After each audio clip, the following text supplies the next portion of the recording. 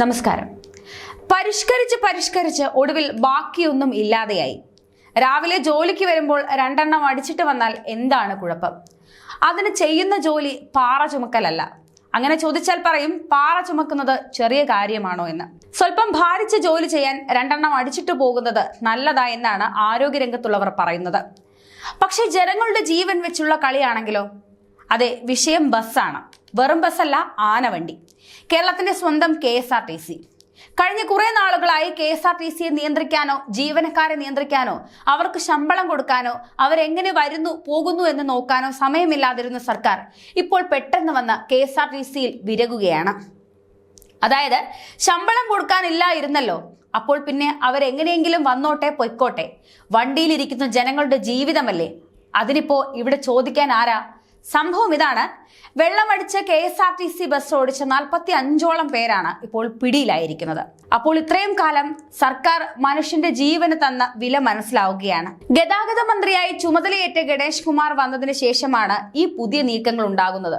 ഇതോടെ രാവിലെ ജോലിക്കെത്തുമ്പോൾ KSRTC ഡ്രൈവർമാരെ ഊതിക്കുന്നതിൽ അഭിമാനം വ്രണപ്പെടുന്ന CITUക്കാർ ഉടൻ പ്രക്ഷോഭത്തിനിറങ്ങുമെന്നും റിപ്പോർട്ടുകളുണ്ട്. ഇളമരം കരീമിന്റെ പ്രതിഷേധ പ്രസ്താവന ഉടൻ വരും. ഇരട്ടച്ചങ്കനെ നേരിൽ കണ്ട പരാതി നൽകും. ഒടുവിൽ ഗണേശന്റെ ഊത്ത് സ്ക്വാഡ് പിരിച്ചുവിടും. ഇതുവരെ കണ്ടത് വെച്ച് ഇതൊക്കെയാണ് വരും മണിക്കൂറുകളിൽ സംഭവിക്കുന്നത് എന്ന് നമുക്ക് അനുമാനിക്കാം. ആനപ്പുറത്തിരിക്കുമ്പോൾ MVDയെ പേടിക്കേണ്ടെന്ന KSRTC ഡ്രൈവർമാർക്ക് എല്ലാവർക്കും അറിയാം. പോലീസോ മോട്ടോർ വാഹന വകുപ്പോ KSRTC ബസ് തടഞ്ഞു നിർത്തി ഡ്രൈവർമാർ മദ്യപിച്ചിട്ടുണ്ടോ എന്ന് പരിശോധിക്കില്ല. സ്വന്തം സർക്കാരിന്റെ തന്നെ മറ്റൊരു വകുപ്പിനോടുള്ള സ്നേഹം മാത്രമല്ല, എന്തിന് ആനവാൽ പിടിക്കുന്നു എന്ന ചിന്ത കൊണ്ട് കൂടിയാണ് ഇത്. ആ ഒരു ധൈര്യമാണ് KSRTC ഡ്രൈവർമാർ മദ്യപിച്ച് ബസ് ഓടിക്കുന്നതിന്റെ ഗുട്ടൻസ്. എന്നാൽ പുതിയ മന്ത്രിയുടെ സ്ക്വാഡ് നേരിട്ടിറങ്ങിയപ്പോൾ കാര്യം പിടികിട്ടി.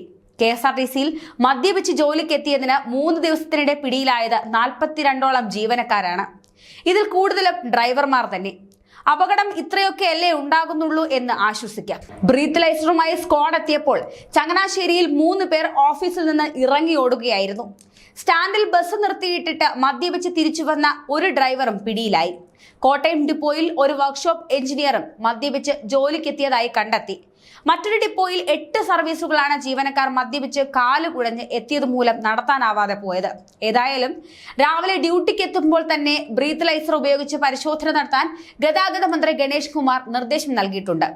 ഇതിനായി 20 സ്ക്വാഡുകളെയാണ് സംസ്ഥാനത്ത് നിയോഗിച്ചിട്ടുള്ളത്. ഇതൊക്കെ എത്ര കാലം ഉണ്ടാകുമെന്നാണ് സാമാന്യമായ ജനത്തിന്റെ മനോഗതം. KSRTC ബസ് വരുമ്പോൾ നോക്കിയും കണ്ടും നടക്കുക.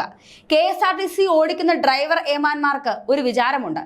റോഡിൽ ഇറങ്ങിയാൽ പിന്നെ അവർ യുദ്ധത്തിനിറങ്ങിയ പടയാളികളെ പോലെയാകും.